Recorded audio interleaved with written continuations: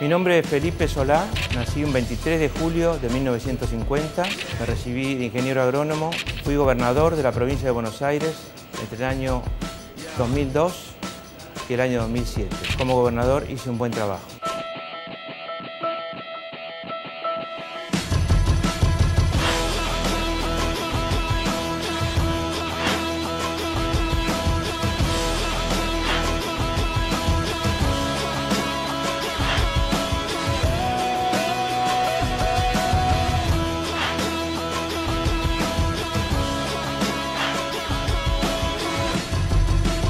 Hay que pensar para gobernar.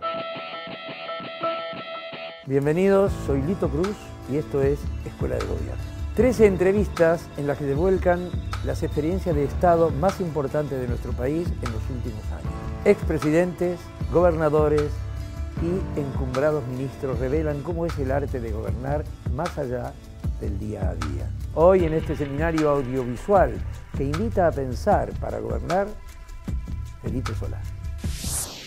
Forma parte del juego de la política la capacidad de uno de negar la conspiración o por el contrario, pensar permanentemente en conspiraciones.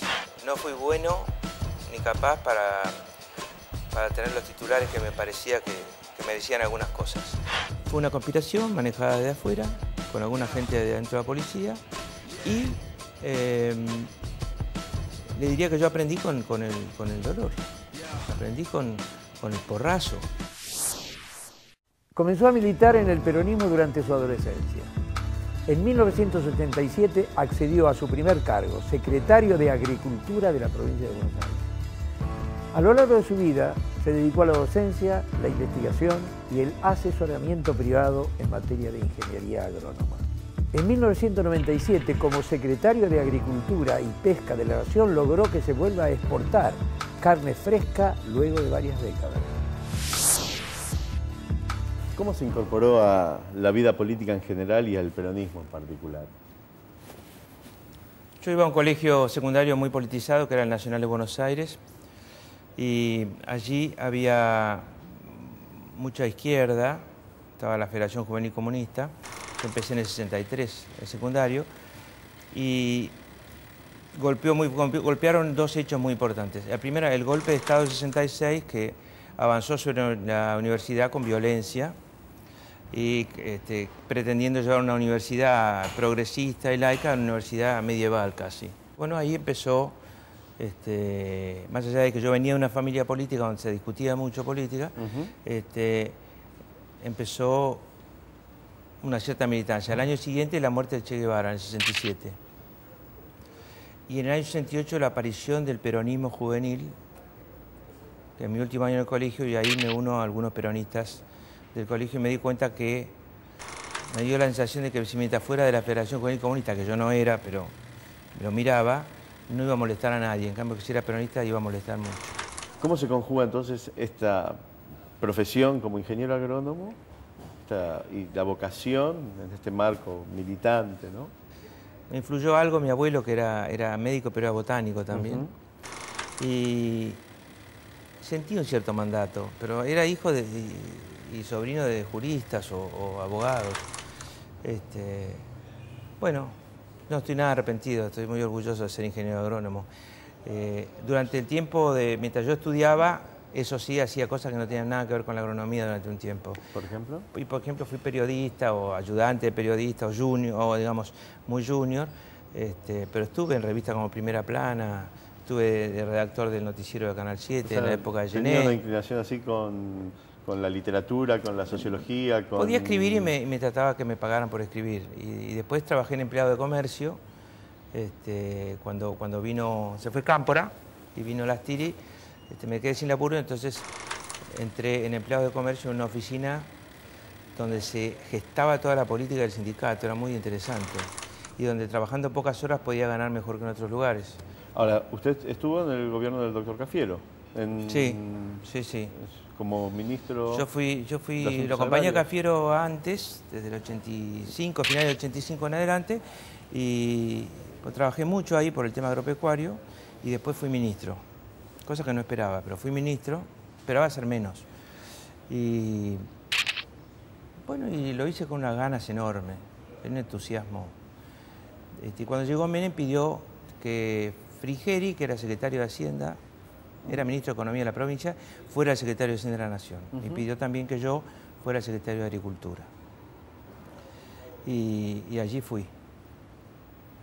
Después estuve un año y pico y después renuncié porque quería hacer política en la provincia de Buenos Aires. Renuncié en marzo del 91, traté de ser gobernador, Duhalde fue gobernador, yo encabecé la lista de diputados, fui diputado un año y me pidieron que volviera a la secretaría.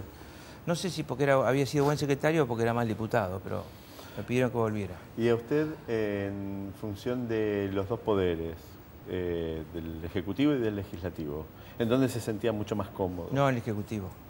¿La gestión es algo que le interesa? Sí. Y me interesaba más cuando tenía 40 y pico de años todavía. Me sentía con una plenitud muy grande. Sí, me interesa mucho, me interesaba la gestión y la administración también. Esa cara de la gestión que es la administración también me interesaba. Yo tenía ideas bastante puristas en el sentido de, no las critico, digo que no se las pueden exagerar, no se las debe exagerar, y esto hace a la escuela de gobierno, ¿no? Y era que la administración tenía que ser absolutamente impecable, cosa que no se lograba siempre, y que además si uno la exageraba podía llevar a la inacción de la gestión, ¿no es cierto?, o a algo menor, a un hecho menor de la gestión. Pero yo pensaba que había como pisos, ¿no? Un piso era el administrativo, otro piso era el piso técnico, es decir, la capacidad de los profesionales que uno lo rodeaban. Y yo le daba una gran importancia a lo profesional y técnico en ese momento. ¿Se rodeó de buenos profesionales? Sí. Tanto en la gestión de... Me rodeé de 3 o 4 nación. profesionales en la Secretaría de Agricultura que podían ser cualquiera secretario de Agricultura en cualquier momento. No tenía ningún miedo a la movida de piso. Me rodeé de 3 o 4 profesionales en la Secretaría de Agricultura que podían ser cualquiera secretario de Agricultura en cualquier momento. No tenía ningún miedo a la movida de piso. O me bancaba las movidas, digamos, el tratamiento de igual a igual con tal de tener en Senasa un tipo que ayudara a hacer lo que hicimos o que dirigiera eso, como fue Cané, con el cual en 6 años sacamos la aftosa a la Argentina.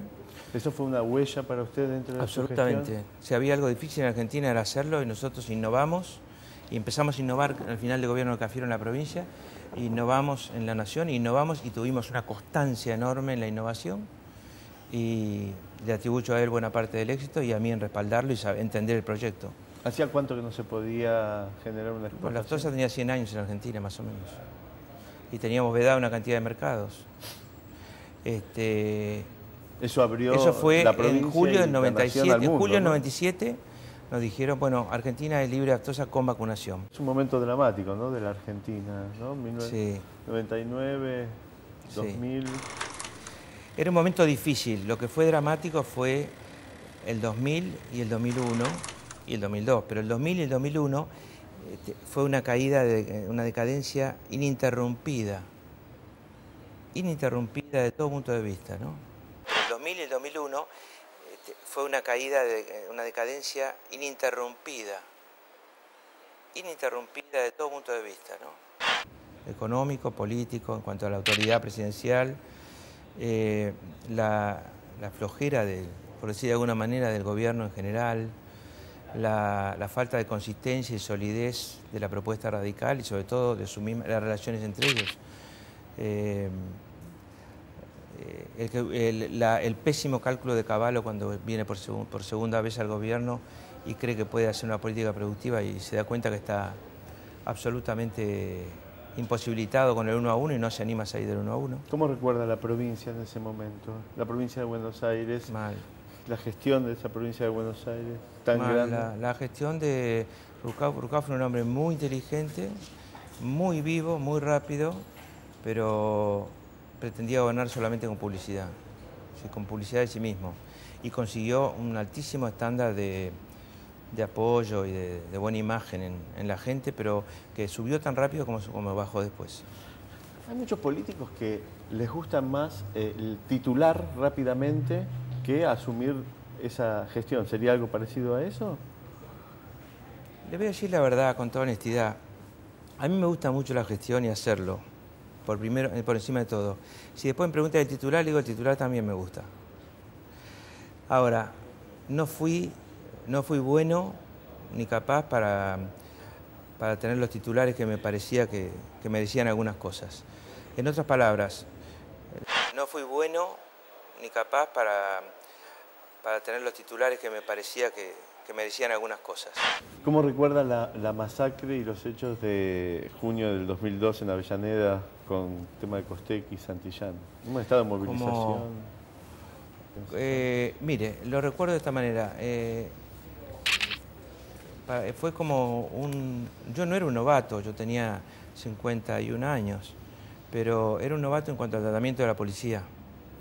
Y era un novato en conspiraciones también. ¿Forma parte del juego de la política la conspiración? Forma parte del juego de la política la capacidad de uno de negar la conspiración o por el contrario, pensar permanentemente en conspiraciones. Forma parte del juego de la política la capacidad de uno de negar la conspiración o por el contrario, pensar permanentemente en conspiraciones. Hay que situarse en un lugar intermedio. Yo estaba más cerca de la negación. Y bueno, el dolor fue enorme. Lo que recuerdo es que haber puesto la cara en todos lados. Y recuerdo también que mientras un presidente, que era Duhalde, adelantaba las elecciones y no tomaba ninguna medida con la prefectura, que había tomado la mitad izquierda de la calle Pavón, de la avenida Pavón, y que tiraba con balas de fuego, con composta de plomo, e hirió a mucha gente de Avellaneda y mucha gente que estaba por ahí, y que por suerte no mató a nadie. Y la policía de la derecha sí mató, primero a Costecchi y después adentro de la estación Avellaneda de Santillán. Duhalde, en lugar de intervenir sobre la prefectura, adelantó las elecciones, se sintió amenazado en su mandato y no hizo nada sobre la prefectura. Y yo hice todo lo contrario, saqué toda la plana mayor de la policía de la provincia, lo nombré a Juan Pablo Cafiero, que era todo un nombramiento arriesgado y audaz, pero por suerte lo hice y me sentí sólido, me sentí legítimo como gobernante igual. Ahora, el dolor ese no se le va más a uno. Felipe Solá acumula una trayectoria en la función pública de más de 30 años. Esto acredita un conocimiento pormenorizado que le permite explicar de manera clara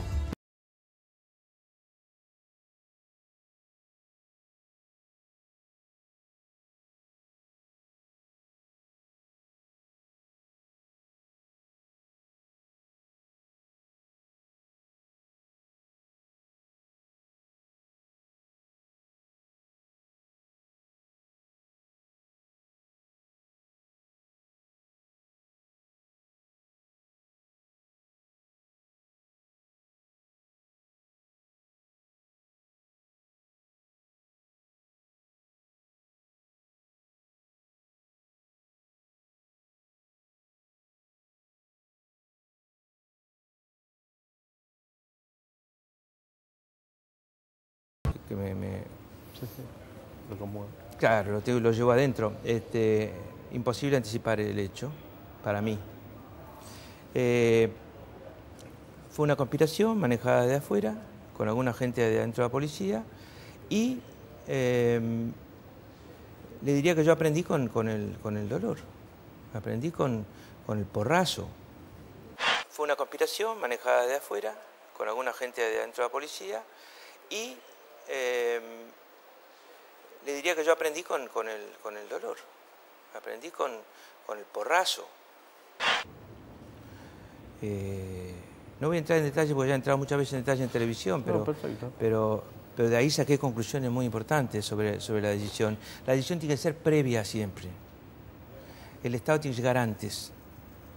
Hay que prevenir. Nosotros a partir de ese momento empezamos a darnos una idea que terminó con un protocolo escrito y firmado por cada oficial que mandaba cada grupo de infantería que salía, en el cual dejaba constancia de cómo iban armados, o no armados, mejor dicho, los hombres de infantería, que solo llevan un palo, que no había posta de plomo en el oficial que llevaba la estaca, y además un protocolo de actuación.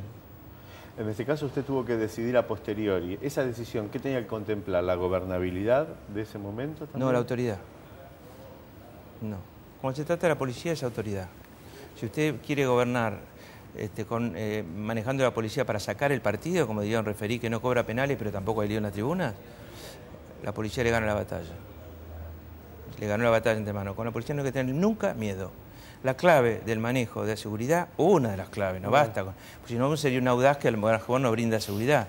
Es, antes que nada, plantearse qué cosas va a hacer uno por miedo y desechar todas las que va a hacer por miedo. Y después hacerlas racionalmente a las demás, las otras, las que se hacen sin miedo. ¿Y cómo fue su relación con Néstor Kirchner? Lamentablemente fue mala. Mala es cuando una relación no es buena. Si no es buena, es mala, porque él era presidente o gobernador. Y digo lamentablemente porque Néstor se murió. Si no, habría chance de conversarla. Fue una de las cosas que me dolió cuando se murió, de las que más me dolió. Como una deuda pendiente de poder conversar. No haber podido arreglar algunas cosas. Sí. Y pensando en términos institucionales, el vínculo que se genera entre nación, provincia y municipios, porque ese encadenamiento debe existir. ¿Es dificultoso como gobernador manejar esa tensión? Sí. Por circunstancias objetivas y por circunstancias políticas. Las circunstancias objetivas son terribles. Y es que Buenos Aires tiene el 39% de la gente, el 38% de la gente, más o menos, y tiene el 20 o menos del 20 ahora por ciento del total de la coparticipación. Para mí está menos del 20 ahí, este año, porque va bajando. Y Buenos Aires debe capturar, en cambio, sus recursos propios. Y entonces Buenos Aires no tiene independencia, el gobernador no tiene independencia para hacer una obra pública importante, por ejemplo. El gobernador tiene que esconderse detrás de la obra pública que en el Gran Buenos Aires o en la provincia genera el gobierno nacional. El gobernador tiene que esconderse detrás de la obra pública que en el Gran Buenos Aires o en la provincia genera el gobierno nacional. Pero no hablo de este gobierno nacional, hablo del gobierno nacional. Ahora, esa es la circunstancia objetiva.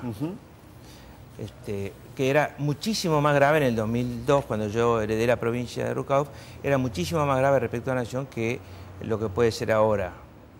Porque la nación, todo el país estaba inmerso en un gravísimo problema y caímos el 16% del PBI en un año, más que si hubiéramos tenido una guerra civil. Claro. Ahora, las circunstancias políticas también, porque Néstor Kirchner decidió ir por la provincia de Buenos Aires políticamente, y entonces, en primer lugar, casi todo lo que significaba, casi todo lo mostrable, que es generalmente lo vinculado a la obra pública, obra pública educativa, vial, hidrológica, etcétera, o vivienda, lo que fuera, lo hacía en mayor medida la nación, mucho mayor medida la nación que la provincia. En segundo lugar, Néstor iba a la provincia tres veces o 2 por semana. En tercer lugar, también los intendentes empezaron a ser asistidos directamente, con lo cual el conurbano y hasta el interior ha pasado a depender objetivamente más desde el punto de vista de su posibilidad de hacer obra pública de la nación que de la provincia. Es un hecho objetivo agigantado por la decisión política de Kirchner de pasar de ser un patagónico a ser un hombre de Buenos Aires, hasta que termina encabezando la lista de diputados de Buenos Aires. ¿Es factible revertir la ley de coparticipación federal? No, si no se cambia la Constitución, no. Es más fácil cambiar la Constitución que cambiar la ley. Porque para cambiar la ley de coparticipación se necesita la firma aprobando una nueva ley de los 23 gobernadores y el jefe de gobierno de la ciudad. Uno solo que diga que no, no se cambia. Yo no conozco ningún gobernador que esté dispuesto a llegar al aeropuerto de su provincia diciendo, ¿y cómo le fue con la ley? Bueno, nos fue muy bien, hemos bajado 1/10, pero no. Y alguien tiene que ceder, muchos tienen que ceder. Entonces lo que hay que hacer es reformar la Constitución. O que el gobierno nacional invente algo que no lo va a hacer, que es que le generaría al gobernador de Buenos Aires tener un vuelo en obras y en importancia que terminaría compitiendo un poco con el presidente. Es una cuestión que hay que mirarla no en forma inmediata, no en forma coyuntural y con la mayor grandeza posible. ¿Y cómo piensa que se deben administrar los recursos de la provincia? Para mí hay que ser absolutamente realista, pensar mucho antes de endeudar una provincia que tenía deuda como la que yo tenía, tratar de generarle a la gente la idea de que muchas veces que hay gobernantes para la expansión y gobernantes para administrar la escasez. Y tratar de que las obras no sean muchas chiquitas, sino que sean algunas obras visibles e importantes para la provincia. Yo diría que en general, un gobierno recordado por grandes hitos 2 o 3 imágenes o fotografías grandes son los que quedan.